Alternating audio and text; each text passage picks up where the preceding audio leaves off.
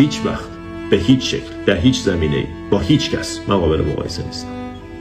من یه دونه برفم، من یک برگ یه درختم، من کل کائناتم، من یکتا و بی همتا هم.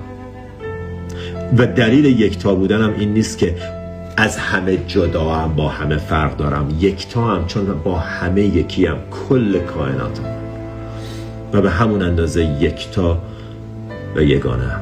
منحصر به فردم من. تو منحصر به فردی. اگه فکر میکنی نیستی اشتباه میکنی. هیچ کس شبیه تو تا حالا نبوده، هیچ کس. اگه کسی دقیقاً تجربیات تو، شرایط خانوادگی تو، مختصات جغرافیایی تو، حالت شیمیایی بدن تو، بیولوژی تو، نورولوژی تو رو داشت، خودتو با اون مقایسه کن. اگر پیداش کردی اونم وجود نداره، پس دست از مقایسه بردار.